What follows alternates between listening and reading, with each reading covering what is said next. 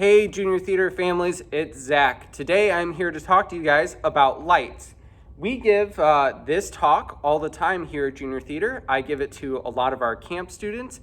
I give it to all of our kindergartners who come with the Great Minds Field Trip, which is a really cool field trip where we get to host all the kindergartners in all of the Davenport school districts. They come here to Junior Theater and we get to talk to them about lights, acting, props, costumes, what it really means to be a storyteller and how you can integrate math and creativity into schoolwork and professional life.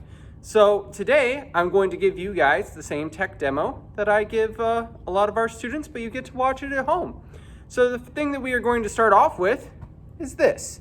This is an ordinary light bulb, but you know, it's pretty bright when mom or dad or someone comes in and flicks the light on when you're sleeping, wakes you up. It's pretty bright.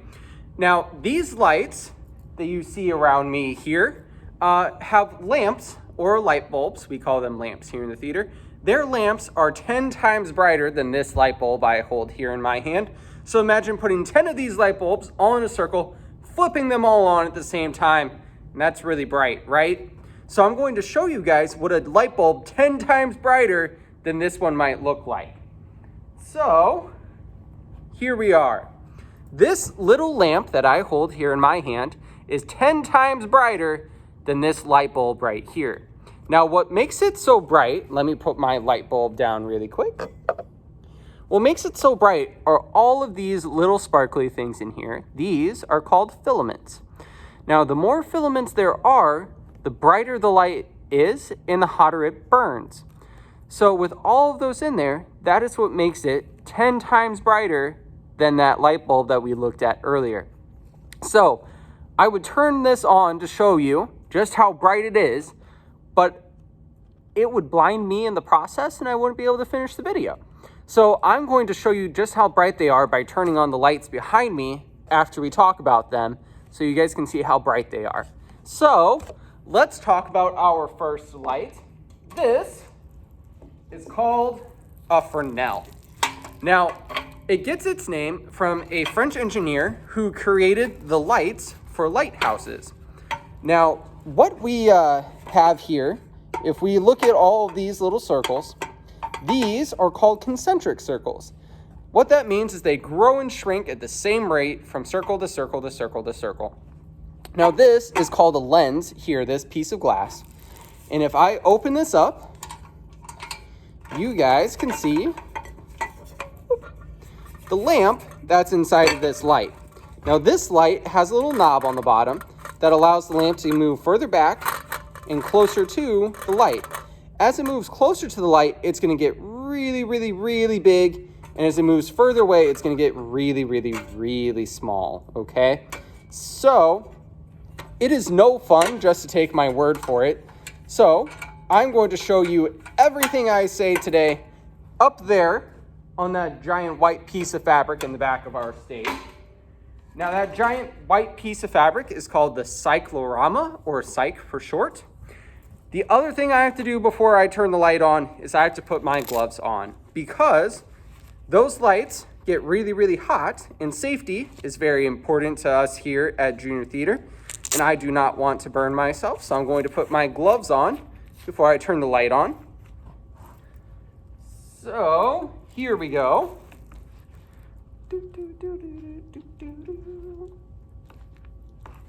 And voila! So right now we have a pretty big circle of light, correct? Now as I move it closer, see how big it is? Now as I move it away, see how small we get? So we have big and small. Now here in the theater, when it gets small, we call that spot, or spotting the light. Then when we move it closer and it gets big, we call that flooding. So we have a flooded light and a spotlight. And that is our friend, the Fresnel. Now, the next light that we are going to talk about is called a Parpan.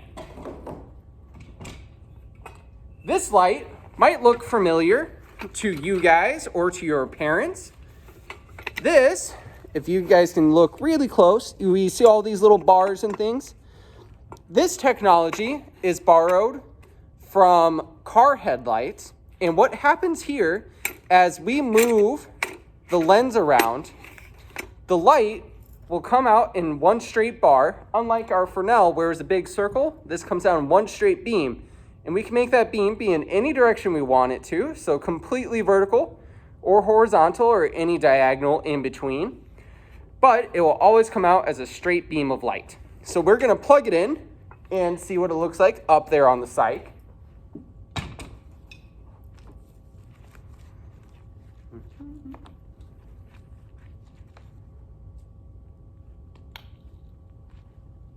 So here we go.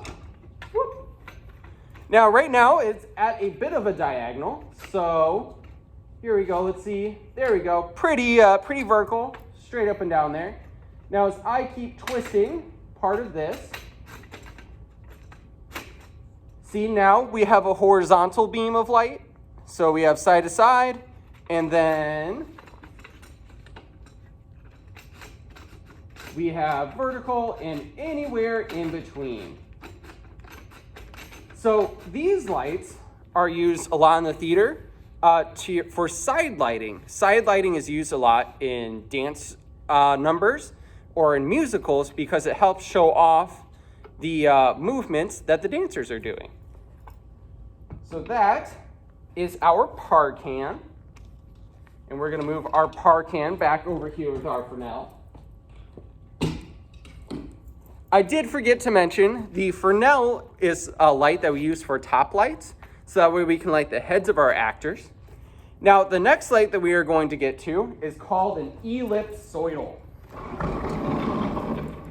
This is my ellipsoidal. And this over here is also my ellipsoidal. Now, both of these are the same type of light, but they are made by two different companies. So what's really cool about this particular light is that the way that it works is, let me open this light up here for you.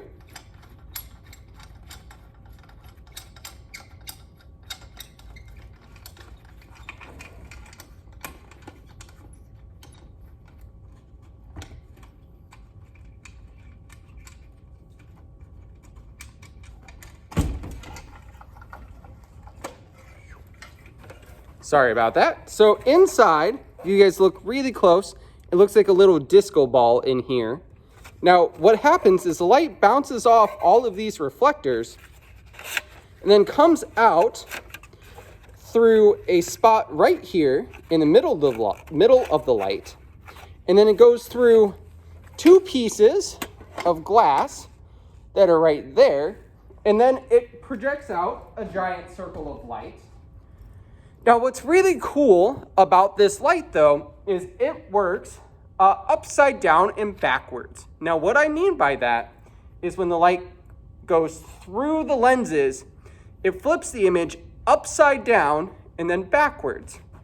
Now, again, it's no fun just to take my word for it, so I'm going to prove it to you guys by shining the light up there on the cyc.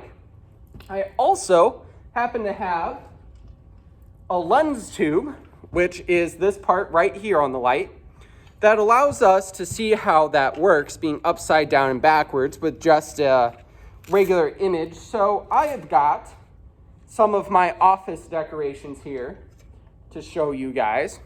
So this is my toothless that sits in my office and keeps me company. So right now you can see my shirt is upside down. But if I put my toothless here in front of the light, or in front of the lens tube, you guys can also see that he is upside down, correct? Now, when I remove the lens tube, right side up and upside down. So that is how this lens tube works as it passes through the different pieces of glass. Now let's plug it in and look at it on the cyclorama. But first, always important, gloves.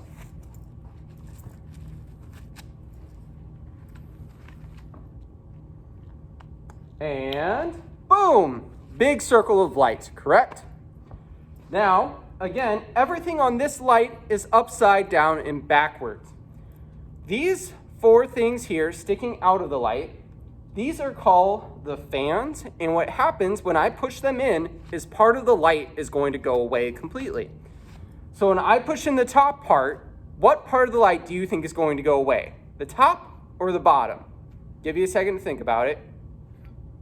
All right, time's up. We're about to find out. You guys ready? 3, 2, 1. All right, so the bottom of the light disappeared, correct? Even though I pushed in the fan blade on top. And that's because everything on this light is upside down and backwards. So if I were to push in the left one, the right side of the light is going to go away. Same if I push in the right, the left side is going to go away. And then the bottom, the top goes away. And now there's no light at all. Not super useful for us here at the theater, so I'm going to open our light back up. So there we go, our nice big spotlight here.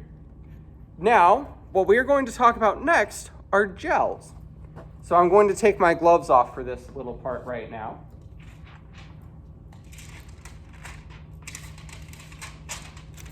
These are called gels.